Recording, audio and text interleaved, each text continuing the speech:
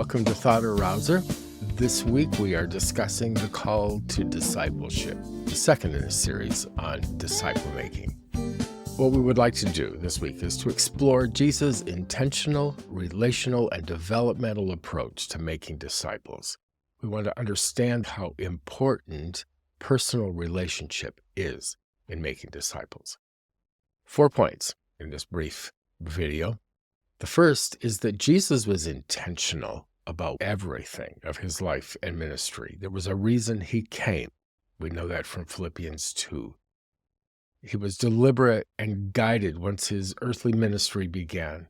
He had a plan in mind. He knew how long he would have his disciples. He walked them through things that he felt were important. He chose specific individuals and invested deeply in those. We're going to talk about how that intentional approach can be applied in our disciple making, focusing on quality over quantity. I have a saying, bigger isn't better. Better is better. That applies to discipleship. We'll discuss that quality over quantity mindset that needs to be important to us, and obviously was to Jesus. He only chose 12 to have close to him, and of those 12, there were 3. Secondly, relational discipleship. We're going to look at how Jesus personally engaged with his disciples. Someone has said he was guided by a cross-shaped love for people. You can see that in John chapter 13, verses 34 and 35. I invite you to go and read that.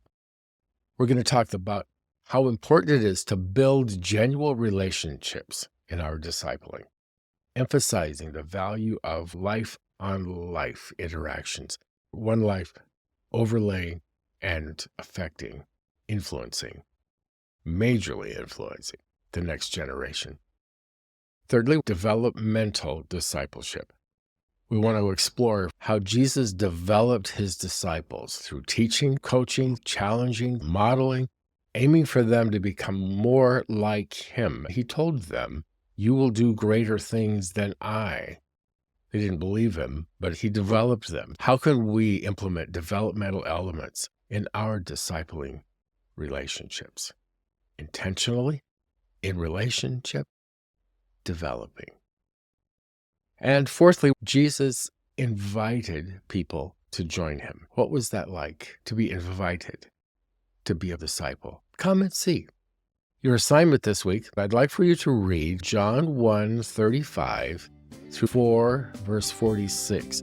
Read it as a story, not with a highlighter. Just hear the story that's told, John 1:35 through 4:46. How can this phase be replicated in modern discipleship? By inviting others to experience God's work firsthand. That's where we're going to go. See you soon.